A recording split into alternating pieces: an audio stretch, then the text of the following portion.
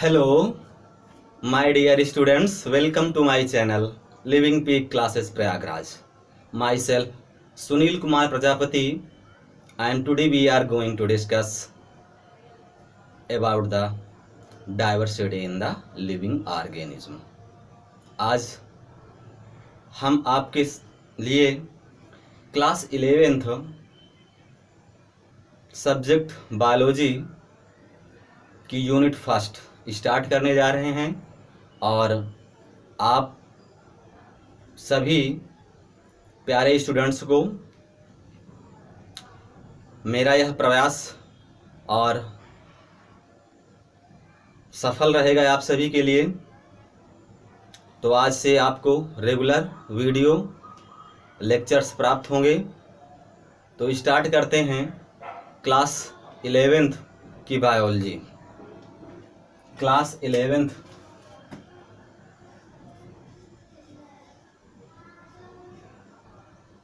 की biology subject है biology. Subject है बायोलॉजी और यूनिट फर्स्ट है diversity in the living world. Diversity in the living world, ये आपकी क्लास 11th की फर्स्ट यूनिट है और जिसका नाम है diversity in the living world. ठीक है, और ये आपकी diversity in the living world ये आपके कितने चैप्टर में? 4 चैप्टर्स में डिवाइड है। कौन कौन से चैप्टर हैं?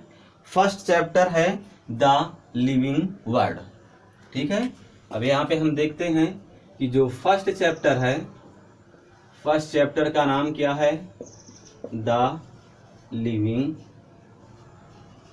वर्ल्ड।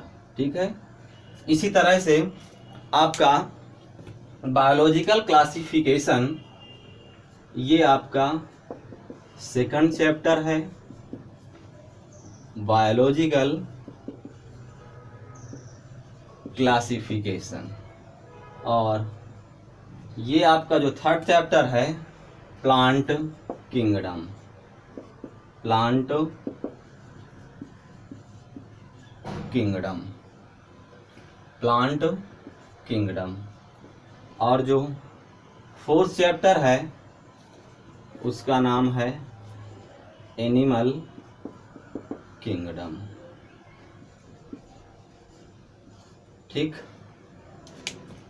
तो क्लास 11th की बायोलॉजी की first unit diversity in the living world, और diversity in the living world ये आपके 4th चैप्टर में डिवाइड है। The living world, biological classification, plant kingdom and animal kingdom. तो आइए स्टार्ट करते हैं chapter first.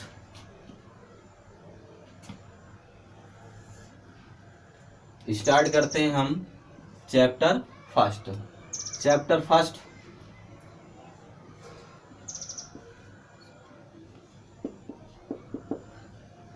The living world.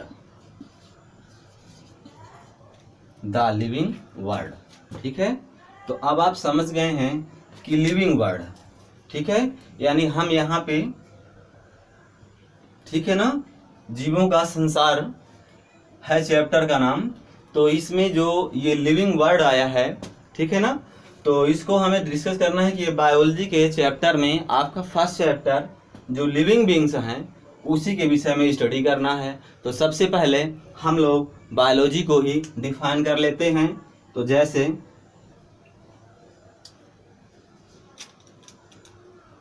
Biology, ठीक है, तो ये बायोलॉजी कंसिस्ट ऑफ 2 वर्ड। ठीक है, ये जो बायोलॉजी वर्ड है ये किससे मिलके बना हुआ है? बायोस से मिलके बना हुआ है, और बायोस मीन्स क्या होता है? लाइफ। इसी तरह से जो लॉजी शब्द है वो किससे मिलके बना हुआ है?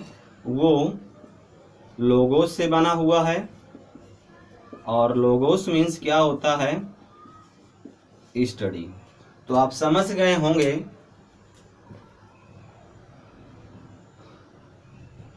कि बायोलॉजी में किसकी स्टडी की जाती है, द स्टडी ऑफ लाइफ। ठीक है, यानी कि जीवन का अध्ययन किया जा रहा है।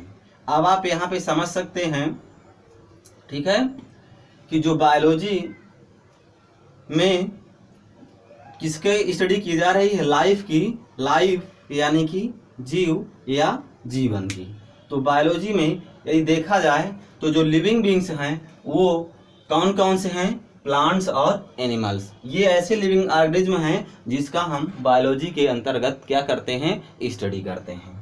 ठीक है, अब इसी तरह से तो बायोलॉजी वर्ड मालूम चल गया कि कंसिस्ट ऑफ टू वर्ड, जिसमें आप कह सकते हैं कि बायोस मीन्स लिविंग और लोगोस मीन्स क्या होता है, स्टडी। ठीक है, तो that it deals with the study of living organism, ठीक है, इज नोन एज बायोलॉजी। इस तरह से हम इसकी एक डिफिनीशन और भी लिख सकते हैं। ये आपके एनसीईआरटी बुक्स में गिवन है। स्टोरी ऑफ लाइफ क्या है, स्टोरी ऑफ लाइफ, कहाँ की स्टोरी ऑफ लाइफ, ठीक है, स्टोरी ऑफ लाइफ जीवन की कहानी।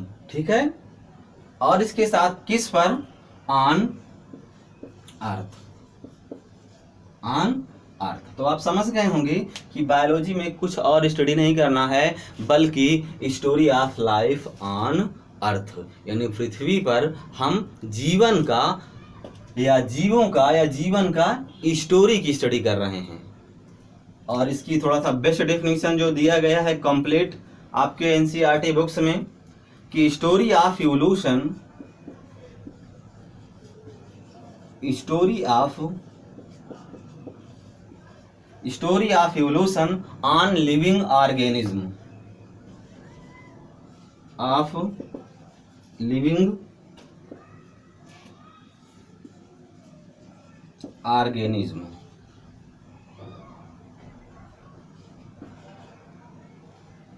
On earth. तो आप समझ गए होंगे, ठीक है। तो फर्स्ट डिफिनेशन क्या हमने देखा कि story of life on earth, यानी पृथ्वी पर जीवन क्या की स्टोरी या कहानी। सेकंड डिफिनेशन में study of evolution of living organism on earth, यानी कि पृथ्वी पर जीवों के विकास की स्टोरी की स्टडी करेंगे। ठीक है, तो ये है आपका फर्स्ट चैप्टर। ठीक है, ये है आपका क्या था, फर्स्ट चैप्टर लिविंग वर्ड। ठीक है, तो ये लिविंग वर्ड जो है किससे रिलेटेड है, बायोलॉजी से। और बायोलॉजी की बुक्स में आपका ये फर्स्ट चैप्टर दिया गया है। बायोलॉजी को आपने डिफाइन कर दिया। आपने सिंपल से वर्ड्स में क्या डिफाइन किया कि बायोस मीन्स लाइफ और logos means study that deals with the study of living organism. Living organism means क्या, एनिमल्स एंड प्लांट्स। ठीक है, तो यहाँ पे ये जो आपका चैप्टर फर्स्ट है, ठीक है, लिविंग वर्ड। तो सबसे पहले हमने इसको जान लिया, ठीक है, कि ऑन अर्थ पृथ्वी पर किसकी, जीवन की स्टोरी, ठीक, का अध्ययन किया जा रहा है। और जो इसकी एक कंप्लीट डेफिनेशन है वो story of evolution of living organism on earth, यानी कि क्या है, पृथ्वी पर जीवों के विकास की स्टोरी है। ठीक है, क्लियर है यहाँ तक। अब हम कुछ करेक्टर्स देख लेते हैं कि लिविंग बींग्स के क्या क्या करेक्टर्स होते हैं। तो आप लोग समझ गए होंगे कि क्लास 11th में भी 9th में भी आपने लिविंग बींग्स के क्या करेक्टर्स हैं। तो जैसे कि आप लोग नॉर्मली जानते होंगे कौन कौन से करेक्टर्स होते हैं, बताइए। ये तो आप स्टडी कर चुके हैं ना क्लास 9th और 10th में। हाँ, यस, क्लियर। यानी कि कहने का मतलब यही है कि digestion, respiration, excretion, sensitivity, growth, ठीक है ना, ये सारे रिप्रोडक्शन, ये सभी क्या हैं, लिविंग बीइंग्स के कैरेक्टर्स हैं। तो जो आपके एनसीईआरटी में गिवन दिया गया है, तो हम यहाँ से स्टार्ट करते हैं characteristics features of living beings.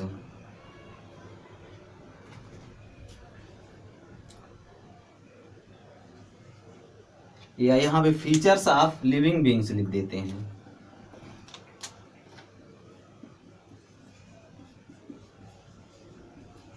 Features of living being. तो आइए इसके जो करेक्टर्स हैं उसको हम लोग ध्यान दे देते हैं कि क्या है इसके करेक्टर्स। तो यहाँ पे हम देखते हैं कि जो फर्स्ट करेक्टर्स है वो क्या है, फीचर्स ऑफ लिविंग बीइंग्स का फर्स्ट करेक्टर्स है that is growth. First characters है ग्रोथ, और इसी तरह से सेकंड करेक्टर्स है रिप्रोडक्शन। सेकंड करेक्टर्स है रिप्रोडक्शन, और थर्ड करेक्टर्स है मेटाबॉलिज्म। थर्ड करेक्टर्स है मेटाबॉलिज्म, और फोर्थ करेक्टर्स है cellular organisation. Cellular organisation, cellular organisation. And जो फिफ्थ करेक्टर्स है, और भी करेक्टर्स हैं इसमें, लेकिन मेनली यहाँ पे आपको growth, reproduction, metabolism, cellular organisation and consciousness, fifth characters भी है इंपॉर्टेंट। क्या करेक्टर्स है, कॉन्शियसनेस। ठीक है, तो यहाँ पे हमने फीचर्स ऑफ लिविंग बीइंग्स के 5 करेक्टर्स एनसीईआरटी में गिवन है। इन्हीं 5 करेक्टर्स को ही हमें डिस्क्राइब करना है। तो आप ये चैप्टर सिंपली आप समझ गए होंगे, ठीक है, कि लिविंग बीइंग्स के जो मेन करेक्टर्स हैं वो यहाँ पे ग्रोथ है, रिप्रोडक्शन है, मेटाबॉलिज्म है, सेलुलर ऑर्गेनाइजेशन एंड कॉन्शियसनेस। तो आप समझ गए होंगे कि इतने करेक्टर्स में जीवों के यही करेक्टर्स हैं, और जो कि ये करेक्टर्स जो है लिविंग बीइंग्स में पाए जाते हैं। तो आइए यहाँ पे हम देखें, जहाँ से आपके मेडिकल एंट्रेंस, AIPMT, नीट वगैरह में भी क्वेश्चन आते हैं। तो यहाँ पे आप समझिएगा कि ग्रोथ एंड जो रिप्रोडक्शन होते हैं वो क्या होते हैं, नॉट द डिफाइनिंग फीचर्स। ये 2 करेक्टर्स ऐसे होते हैं कि जिन्हें हम क्या कह सकते हैं, नॉट डिफाइनिंग फीचर्स। ठीक है, ये कौन कौन से not defining features, growth and developments. अभी हम इस पे डिस्कस करेंगे कि ये क्यों है नॉट डिफाइनिंग फीचर्स, यानी कि इसको परिभाषित नहीं किया जा सकता है, यानी इसके कुछ क्या हो सकते हैं, इंसेप्शंस हो सकते हैं। ठीक है, तो आप जानते हैं नॉर्मली जो भी बायोलॉजी के जो भी सब्जेक्ट हैं, आप जानते हैं कि सभी को रट्टा मारना पड़ता है, इतना ढेर सारी चीज़ें हैं। तो ये सब से आप मुक्त तब रहेंगे जब आपका कॉन्सेप्ट क्लियर रहेगा। ठीक है, आपका कॉन्सेप्ट क्लियर रहेगा तो आप हर प्रश्न का उत्तर बहुत ही कुशलतापूर्वक दे सकेंगे। ठीक है, तो यहाँ पे आप ध्यान दीजिएगा, यहाँ से क्वेश्चंस बनते हैं आपके कंपटीशन में, ठीक है ना, मेडिकल एंट्रेंस वगैरह में। और यहाँ पे जो आपका metabolism, cellular organisation and consciousness है, ये आपके 3 कैसे हैं, डिफाइनिंग फीचर्स हैं। ठीक है, ये कैसे हैं, डिफाइनिंग फीचर्स हैं। डिफाइनिंग फीचर्स, ये आपके डिफाइनिंग फीचर हैं, यानी कि आप कह सकते हैं with out exception, with out exception, without Inception. ठीक है ना, इसमें किसी भी प्रकार के इंसेप्शंस नहीं हैं। लेकिन ग्रोथ और रिप्रोडक्शन ये दो लिविंग बींग्स के ऐसे कैरेक्टर्स हैं जिसमें कि क्या होते हैं, एक्सेप्शंस भी होते हैं। ठीक है, लेकिन ये थ्री कैरेक्टर्स यहीं पर से क्वेश्चन बनते हैं, तो ये पॉइंट्स आप याद रखिएगा कि ग्रोथ एंड रिप्रोडक्शन जो होते हैं ये नॉट डिफाइनिंग फीचर्स हैं, बल्कि metabolism, cellular organisation and consciousness ये डिफाइनिंग फीचर्स हैं। यानी आप कह सकते हैं विथआउट इंसेप्शंस, इसमें किसी भी प्रकार का इंसेप्शंस नहीं है। ठीक है, तो यहाँ तक बात क्लियर हो गई। तो अब आइए हम लोग स्टार्ट करते हैं फर्स्ट ग्रोथ।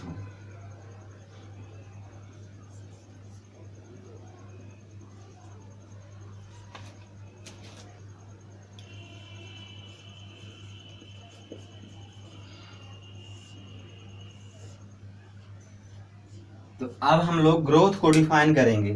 ठीक है ना, तो अब आप जानते हैं कि जो ग्रोथ होती है किस में, लिविंग बीइंग्स में, वो क्या हो सकती है। वो ग्रोथ को अगर देखा जाए तो ग्रोथ मीन्स क्या है, वृद्धि। ठीक है, और ये वृद्धि जो हो रही है, इंक्रीज इन मास और उसके साथ इंक्रीज इन नंबर और इंडिविजुअल्स। ठीक है ना, तो आप यहाँ पे कह सकते हैं कि increase in mass and overall increase and overall. Note कर देते हैं, ग्रोथ को डिफाइन करने के लिए सबसे पहला जो पॉइंट्स लिया गया है वो क्या लिया गया है, इंक्रीज। क्या इंक्रीज होगा, इंक्रीज इन मास। ठीक है ना, तो पहले तो उसके द्रव्यमान में बढ़ोतरी होगी और सेकंड नंबर से क्या होगा, हाँ लाइट चली गई है और अगर देखने में प्रॉब्लम्स हो रही है तो नेक्स्ट वीडियो में इसको पूरा करेंगे। या तो आपको दिख रहा है तो कोई बात नहीं, हम कुछ पॉइंट्स आगे की ओर बढ़ा देते हैं। आइए नोट करते हैं कि increase in mass and overall in increase in size, और उसके साथ साथ and overall increase in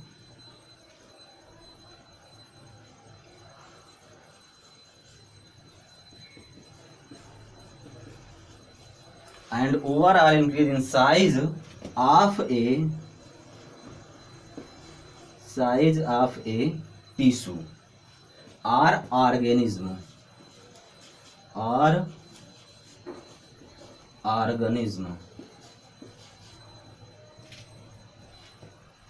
its parts or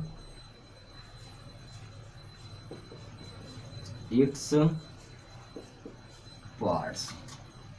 ठीक है, तो ये आपको हमने डिफाइन किया कि जो ग्रोथ होती है वो कैसे, कि इंक्रीज इन मास, यानी कि उसके द्रव्यमान में भी या भार में ही बढ़ोतरी होगी, ओवरऑल इंक्रीज इन साइज, और उसके साइज में भी वृद्धि होगी, ऑफ टिश्यू, या कोई टिश्यू हो सकता है, और ऑर्गेनिज्म, या तो फिर उस जीव का कोई पार्ट्स हो सकता है। ठीक है, या तो उस ऑर्गेनिज्म का कोई पार्ट्स हो सकता है। तो ये तो आपने देख लिया होगा कि ग्रोथ को डिफाइन कैसे किया गया है, increase in mass and overall increase in size of tissue और ऑर्गेनिज्म और इट्स पार्ट। ठीक है, अब इसके भी अगर देखा जाए तो increase in mass and increase in number of organism. Next point ले लेते हैं,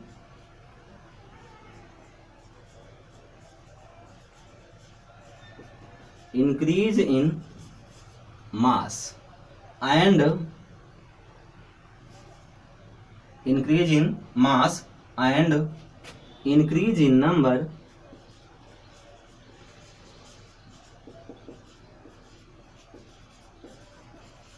and increase in numbers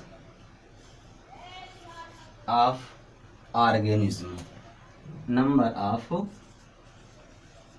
organism. अब आप समझ गए होंगे कि increase in mass and increase in number of organism. तो यहाँ पे उसके मास में ही बढ़ोतरी और उसके नंबर, जीवों के संख्या में ही बढ़ोतरी हो रही है। तो that is twins characteristics of growth. तो आप लिख सकते हैं that is twins characteristics of growth. ठीक है, तो यहां तक आपको क्लियर हो गया।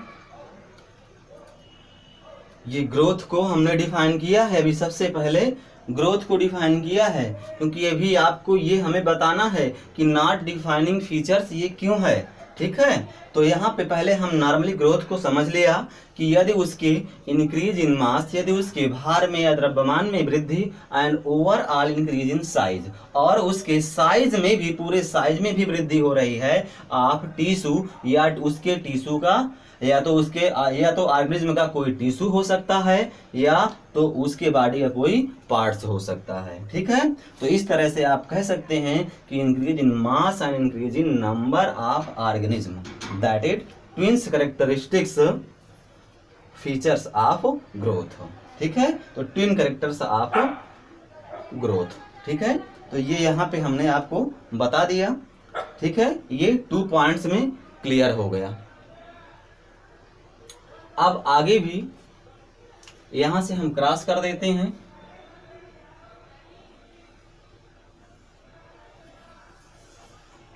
नेक्स्ट आगे भी हम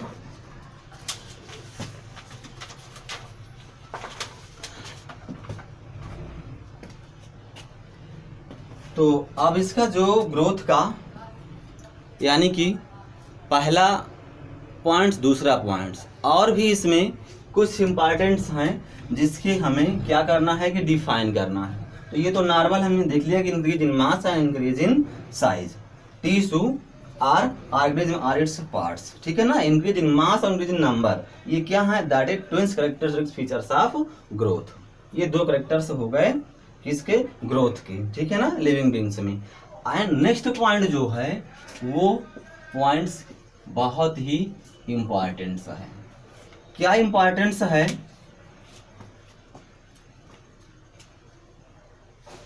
तो इसका पॉइंट्स है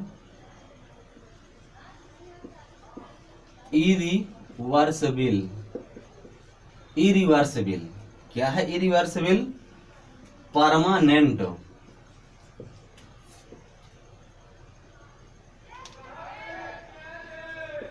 इरिवर्सिबल परमानेंट। क्या है, increase,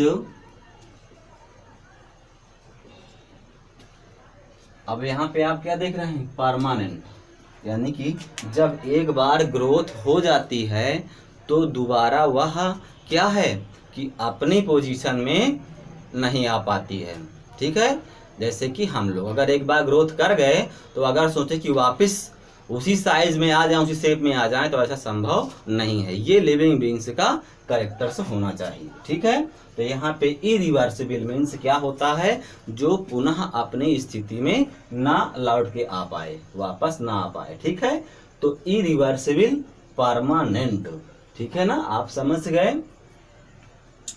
increase in size, increase in size. ठीक है ना, और उसके साथ साथ increase in size of an organism,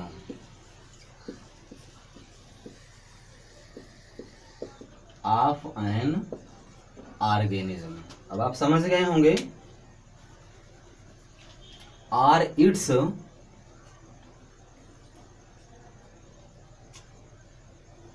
light चली गई है, आर इट्स पार्ट्स। ठीक है ना, या तो आप कह सकते हैं जीवों का कोई पार्ट्स भी हो सकता है, या उसके लिविंग बीइंग्स की साइज इंक्रीज हो रही है। ठीक है,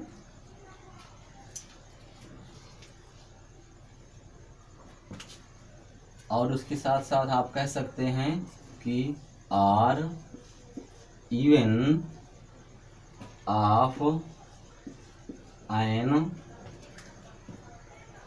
इंडिविजुअल सेल्स ऑफ एन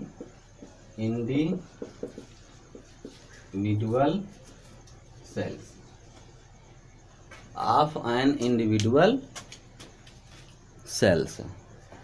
ठीक है, तो भी हमने इस पॉइंट्स को जब क्लियर किया कि इरिवर्सिबल परमानेंट, यानी एक बार अगर उसकी ग्रोथ हो गई तो वो वापस पुनः नहीं लौट सकता है। ठीक है, इंक्रीज इन साइज, या तो उसकी साइज में ग्रोथ हो गई जीव के, और या तो उससे किसी पार्ट में ग्रोथ हो गई, और even of an individual sales, या तो उस लिविंग बीइंग्स की कोई सेल। ठीक है, तो इस तरह से ये तो हमने डिफाइन कर दिया, ये मेन कैरेक्टर्स है। ठीक है ना, परमानेंट। ठीक है ना, अगर एक बार ग्रोथ हो जाएगी इंक्रीज इन साइज और इट्स पार्ट्स और इंडिविजुअल सेल्स में, तो वो वापस जो है पुनः अपनी स्थिति में नहीं आ सकता है। ठीक है, तो आइए आगे देखते हैं। तो इसका रिजल्ट क्या निकलेगा? इसका रिजल्ट है कि ग्रोथ इज द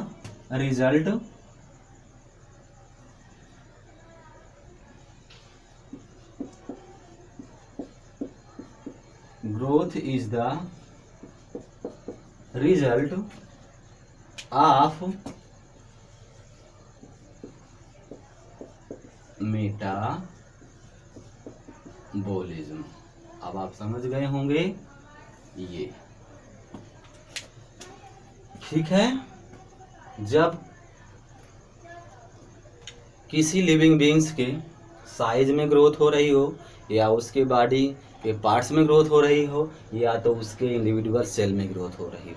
ठीक है, तो इसका क्या रिजल्ट आएगा कि growth is the result of metabolism, यानी कि उसमें यह कैरेक्टर्स आप देख रहे हैं कि ग्रोथ अगर हो रही है तो उसमें मेटाबॉलिज्म की प्रोसेस हो रही है।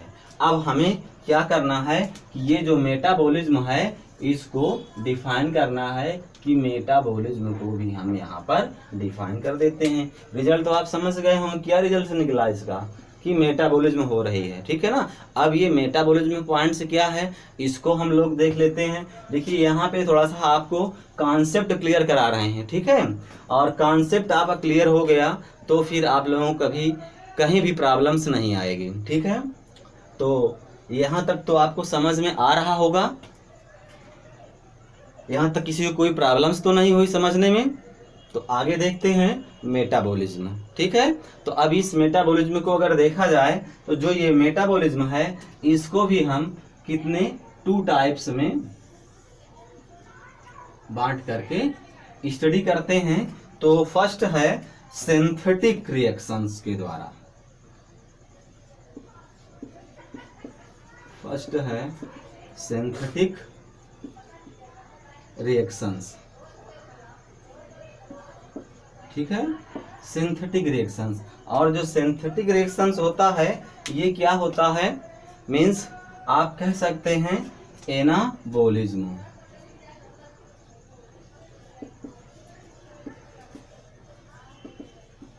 एनाबॉलिज्म। ठीक है, तो देखिए अब सिंथेटिक रिएक्शन एंड एनाबॉलिज्म। तो दूसरा क्या होगा, दूसरा आपका हो जाएगा कैटाबॉलिज्म।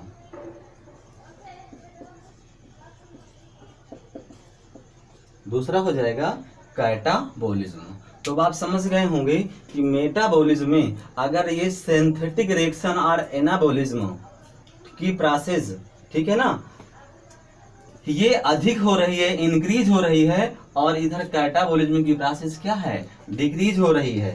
तो आप यहाँ पर लिख सकते हैं कि सिंथेटिक जो रिएक्शन हो रही है वो क्या है, इंक्रीज। ठीक है, इंक्रीज हो रही है, और इधर की जो प्रोसेस है वो क्या है, डिस्ट्रक्टिव। ठीक है ना, और डिक्रीज हो रही है, यानी कि सिंथेटिक रिएक्शंस। ठीक है, और साथ साथ हम इसको कह सकते हैं, क्या कह सकते हैं कि डिस्ट्रक्टिव और विनाशात्मक कह सकते हैं, डिस्ट्रक्टिव रिएक्शंस। ठीक है, तो यहाँ पे क्या होगा, यहाँ पे हो जाएगा डिक्रीज। ठीक है, तो अब आप यहाँ पे समझ लीजिए कि जो मेटाबॉलिज्म है वो किसका रिजल्ट है, ग्रोथ का रिजल्ट है। ग्रोथ हो रही है, कैसे हो रही है, या तो उसके इंक्रीज इन मास या इंक्रीज इन नंबर्स या और ऑर्गेनिज्म और इट्स पार्ट्स में या किसी लिविंग बीइंग्स के इंडिविजुअल सेल्स में। ठीक है, तो उसका रिजल्ट क्या होगा कि मेटाबॉलिज्म की प्रोसेस हो रही है। अब यहाँ पे मेटाबॉलिज्म को आपको हम डिफाइन कर रहे हैं कि जो मेटाबॉलिज्म है यह 2 टाइप्स में डिवाइड किया गया है। एक को सिंथेटिक रिएक्शन और एनाबॉलिज्म रिएक्शन। सिंथेटिक मीन्स क्या होता है, संश्लेषण करना या निर्माण करना। ठीक है, और एनाबॉलिज्म, और ये क्या हो रहा है, इंक्रीज, जब इसमें लगातार निर्माण किया जा रहा है। और इधर क्या है, डिस्ट्रक्टिव रिएक्शंस, यहाँ पे विनाशात्मक क्रियाएं होंगी। तो क्या होगा, इसकी सेल्स में डिक्रीज होगी, इधर की सेल्स इंक्रीज हो रही है, इधर की सेल्स डिक्रीज हो रही है। ठीक है, तो इस प्रोसेस को हम क्या कहते हैं, कैटाबोलिज्म कहते हैं। ठीक है, अब आप समझ गए होंगे कि जो मेटाबॉलिज्म है यह 2 टाइप्स में डिवाइड है। ठीक है, एनाबॉलिज्म और कैटाबॉलिज्म। आप समझ गए होंगे सिंथेटिक और एनाबॉलिज्म में क्या होगी, सेल्स की ग्रोथ हो रही है यानी इंक्रीज हो रही है, और कैटाबॉलिज्म में क्या हो रही है, डिक्रीज हो रही है। ठीक है, यानी कि जितनी अधिक मात्रा किसकी होगी, सेल की ग्रोथ करने की, एनाबॉलिज्म की। ठीक है, और सेल की ग्रोथ यहाँ पे क्या है, कैटाबॉलिज्म में यहाँ पे डिक्रीज हो रही है। ठीक है, तो अब अगर सेल्स के बनने की संख्या ज्यादा है और डिक्रीज होने की संख्या कम है, तो यानी आप कह सकते हैं कि ये रिजल्ट किसका है, ग्रोथ का, और इसी को हम क्या कहते हैं, मेटाबॉलिज्म कहते हैं। यदि लगातार हमारे बॉडी के सेल्स डिवाइड हो रही हैं अपनी संख्या में, जितनी अधिक सेल्स का फॉर्मेशन हो रहा है उससे कम सेल्स क्या हो रही हैं, डैमेज हो रही हैं, तो बॉडी क्या होगी, ग्रोथ करेगी, डेवलपमेंट्स होगा। ठीक है, तो जब ग्रोथ होगा तो वो प्रोसेस जो आएगी वो क्या होगी, मेटाबॉलिज्म। ठीक है, तो यहाँ तक बात क्लियर हो गई। अब इसी को ही हम आप कह सकते हैं कि ये रिजल्ट से क्या निकला, ये रिजल्ट निकल गया ग्रोथ। ये अगर जिसमें सेल्स के बनने की संख्या ज्यादा है और इधर सेल्स के विनाश होने की या नष्ट होने की संख्या कम है, तो उस के कंपेयर में आप देख रहे हैं ना कि इसके कंपेयर में इसमें सेल्स की संख्या घट रही है। अगर घट रही है, बनने की संख्या अधिक है, तो इसी को हम क्या कहेंगे, ग्रोथ कहेंगे, यानी कि लिविंग बीइंग्स में ग्रोथ हो रही है। ठीक है, यहाँ तक क्लियर हुआ, किसी को कोई प्रॉब्लम्स तो नहीं हुई। अब आइए देखिए, अब ग्रोथ जो होती है यहाँ पे हम एक नया पॉइंट्स लेते हैं, क्या कि डी ग्रोथ। एक पॉइंट्स है आपके लिए डी ग्रोथ। ठीक है, और कह सकते हैं निगेटिव ग्रोथ।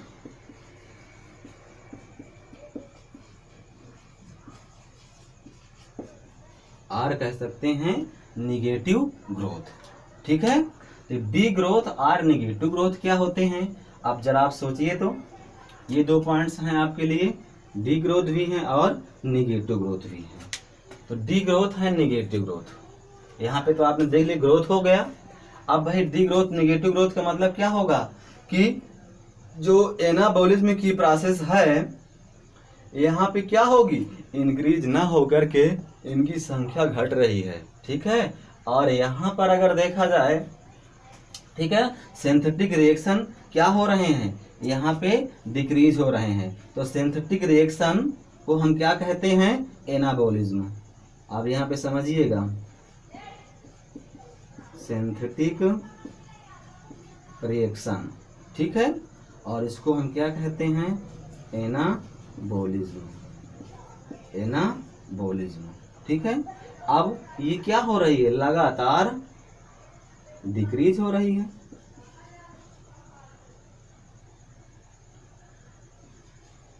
ये लगातार इसकी सेल्स क्या हो रही है, सेल्स डिक्रीज हो रही है, ठीक है।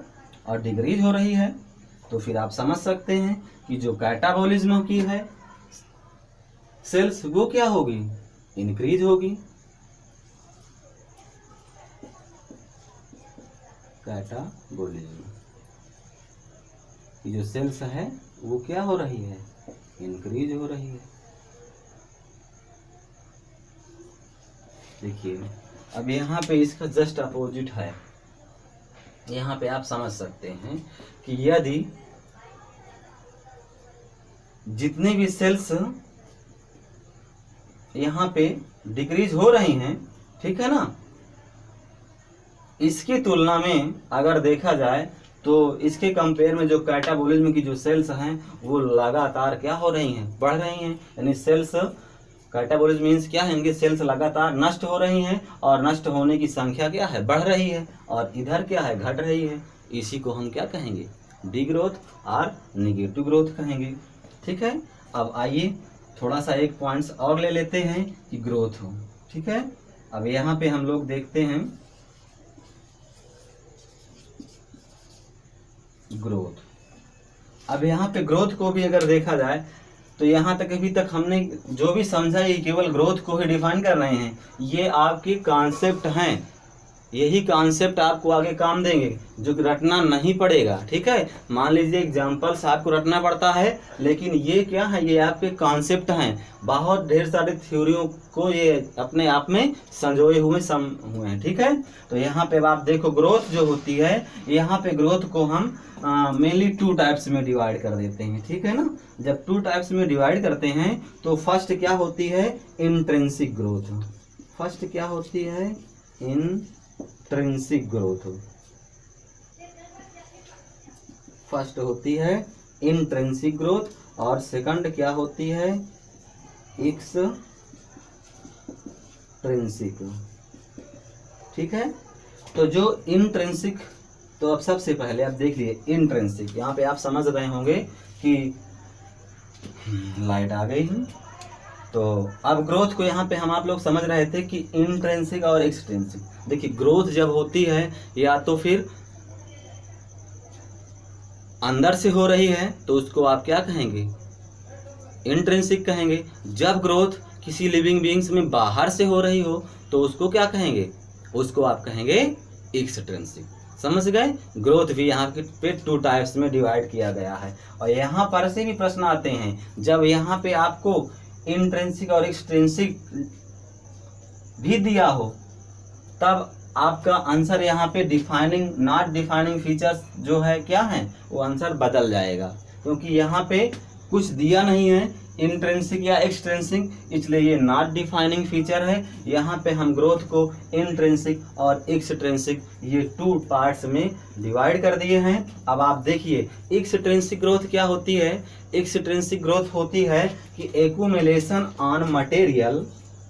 अब आप इसको नोट करेंगे कि accumulation on materials, accumulation on materials on any body, materials on any body surface, any body surface। अब आप यहाँ पे समझ गए होंगे कि जो ग्रोथ हो रही है वो लिविंग बीइंग्स में एक्सट्रिंसिक ग्रोथ होती है कि इंट्रिंसिक ग्रोथ होती है। जरा आप बताइए तो सोच करके, जितने भी लिविंग बीइंग्स हैं, चाहे एनिमल्स हो या प्लांट्स हों, तो उसमें ग्रोथ कैसी हो रही है। तो यहाँ पे अगर देखा जाए तो ग्रोथ अगर एक्सट्रिंसिक टाइप्स से हो रही है, ठीक है, तो उसको आप क्या कह सकते हैं, accumulation on materials of any body surface, ठीक है ना। जब पदार्थों का जमाव हो जाए उसकी सतह पे, किस पे, किसी भी नॉन लिविंग ऑर्गेनिज्म, तो आप यहाँ पे लिख सकते हैं किसमें ये पाया जाता है, नॉन लिविंग ऑर्गेनिज्म, ठीक है, ये याद रखिएगा आप। अब आप समझ गए होंगे कि जो एक्सट्रिंसिक ग्रोथ पाई जा रही है किसमें पाई जा रही है, नॉन लिविंग ऑर्गेनिज्म में पाई जा रही है। ठीक है ना, यहां तक बात क्लियर हो गई। Exhibit extrinsic growth, exhibit extrinsic growth. अब आप यहाँ पे समझ गए होंगे। ठीक है, यहाँ पे आपको ये समझना था कि इंट्रिंसिक और एक्सट्रिंसिक, ठीक है ना, ये 2 पार्ट्स में डिवाइड थे। तो हमने क्या बताया, जो एक्सट्रिंसिक ग्रोथ हो रही है वो नॉन लिविंग ऑर्गेनिज्म में हो रही है। कैसे हो रही है, accumulation on materials on any body surface. ठीक है ना, तो आप समझ रहे हैं पदार्थों का जो एकत्रीकरण किया जा रहा है एनी बॉडी सरफेस, ठीक है ना, जीव के बाहर का जो सरफेस है वहां पे वो पदार्थ क्या हो रहा है, जमाव किया जा रहा है, जम जा रहा है, इकट्ठा हो जा रहा है। और ये किस में, नॉन लिविंग ऑर्गेनिज्म में। ठीक है ना, एक्सहिबिट एक्सट्रिंसिक ग्रोथ, यानी कि ये क्या करते हैं, एक्सट्रिंसिक ग्रोथ प्रदर्शित करते हैं। कौन, नॉन लिविंग ऑर्गेनिज्म। तो बात यहाँ तक क्लियर हो गई। ठीक है, अब आगे आप देखते हैं कि अगर यहाँ पे इंट्रिंसिक ग्रोथ की बात की गई है तो जो इंट्रिंसिक ग्रोथ है ये बहुत ही इंपॉर्टेंट है। यहाँ पे आप फिर समझिएगा, यहाँ पर से भी क्वेश्चंस आपके मेडिकल एंट्रेंस में पूछे जाते हैं। तो यही सारे प्रश्न हैं जो पॉइंट्स मैं आपको नोट करा रहा हूँ, कॉन्सेप्ट आपके क्लियर हो रहे हैं। तो इसका मतलब कि बहुत ही शॉर्टकट में आपके जितने भी पॉइंट्स लिखे गए हैं ये सारे पॉइंट्स आपके कंपटीशन से भी इम्पॉर्टेंट हैं। ठीक है, तो एक्सट्रिंसिक का जो वो इंट्रिंसिक जो ग्रोथ पाई जा रही है वो क्या, वो कैसा कैरेक्टर्स होगा, डिफाइनिंग फीचर्स ऑफ ग्रोथ। अब आप समझ गए होंगे यहाँ पे, डिफाइनिंग फीचर्स ऑफ ग्रोथ। तो ये क्या हैं, ये डिफाइनिंग फीचर्स। ठीक है, तो यहां से प्रश्न आपको समझ में आ गया होगा कि अगर ग्रोथ में भी स्पेशल क्वेश्चन अगर क्या लगा दिया जाए, इंट्रिंसिक ग्रोथ, तो आप समझ जाइएगा कि ये लिविंग बीइंग्स में होती है, और लिविंग बीइंग्स में होती है तभी ये डिफाइनिंग फीचर्स ऑफ ग्रोथ को तभी हम डिफाइन कर सकते हैं। लेकिन एक्सट्रिंसिक अगर पूछ लिया तो यही क्या हो जाएगा, नॉट डिफाइनिंग फीचर्स। ठीक है, क्यों, क्योंकि ये जो एक्सट्रिंसिक ग्रोथ है ये किस में पाई जा रही है, नॉन लिविंग ऑर्गेनिज्म में पाई जा रही है। ठीक है, और इसमें accumulation on material on any body surface, यानी इसमें क्या हो रहा है, जो मटेरियल्स का जमाव किया जा रहा है एनी बॉडी, किसी भी शरीर के किसी भी सतह पर उसका उस पदार्थों का एकत्रीकरण करना या जमाव करना। ठीक है ना, ये एक्सट्रिंसिक ग्रोथ को क्या करता है, रिप्रेजेंट्स करता है। ठीक है, अब आइए, अब यहाँ पे भी और भी हम ग्रोथ के टाइप्स आपको डिफाइन करके बता देते हैं। तो सबसे पहले आप क्या देखिएगा, सबसे पहले देखिएगा इनडिटरमिनेट ग्रोथ। क्या है, इनडिटरमिनेट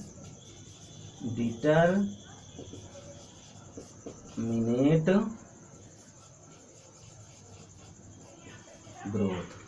तो एक तो यहाँ पे आपने देख लिया इनडिटरमिनेट ग्रोथ, और जो यहाँ पे आप देख रहे हैं डिटरमिनेट।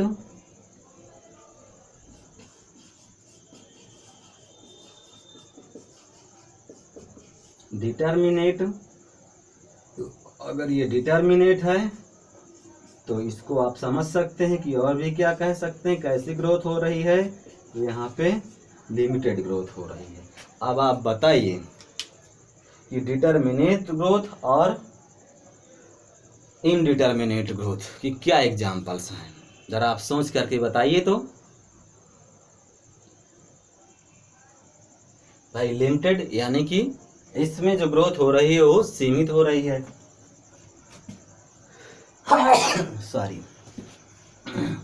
इसमें जो ग्रोथ हो रही है वो लिमिटेड हो रही है, और इसमें कैसी ग्रोथ हो रही है? अनलिमिटेड। कैसी ग्रोथ हो रही है? अनलिमिटेड। और इसका एग्जाम्पल्स आपने सोच लिया होगा कि क्या है इसका एग्जाम्पल? अनलिमिटेड ग्रोथ माने कि प्लांट्स, ठीक है ना। प्लांट्स में आप देखते हो ना कि लगातार ग्रोथ होती रहती है, इसकी ग्रोथ की कोई सीमा नहीं है। और यहाँ पे अगर आप देखें तो जो लिमिटेड ग्रोथ हो रही है वो किस में हो रही है? एनिमल्स में हो रही है, ठीक है। तो यह आज आपके लिए क्लास 11th की बायोलॉजी का part first chapter 1 diversity in the living world, ठीक है। तो यहाँ तक हमने अभी फर्स्ट कैरेक्टर्स हमने क्या किया है? पार्ट 1 में कंप्लीट किया। अब इसके अगला कैरेक्टर्स हम पार्ट 2 में कंप्लीट करेंगे। तो यहाँ तक बात आपको समझ में आ गई होगी, किसी को कोई प्रॉब्लम्स नहीं। यहाँ तक किसी भी प्रकार के कोई कन्फ्यूजन्स हो तो आप स्वयं बताइए, हम उसका सॉल्यूशंस आपको प्रोवाइड कराएंगे, ठीक है। तो अब आप लोग एक काम ये जरूर करिएगा कि लगातार जो मैं आपके लिए ये कोशिश कर रहा हूँ, आप की संख्या बहुत कम है, आप जितना अधिक हो सके संख्या बढ़ाएंगे, ठीक है। इसको लाइक करिए, सब्सक्राइब करिए और शेयर भी करिए। आपस में जितना अधिक आप ये शेयर करेंगे, और चूंकि हम वीडियो बनाते हैं तो हम व्यूज देखते हैं यहाँ से, तो ये हमें और भी अच्छा लगता है, आत्मबल देता है। ये कम से कम इतने बच्चे अपने इस लॉकडाउन टाइम का उपयोग भी कर रहे हैं और ऑनलाइन क्लास भी ले रहे हैं, ठीक है। तो ये नोट्स आप बनाते जाइए और इसी तरह हम लगातार आपको टॉपिक वाइज लेक्चर देते रहेंगे, ठीक है। तो थैंक यू।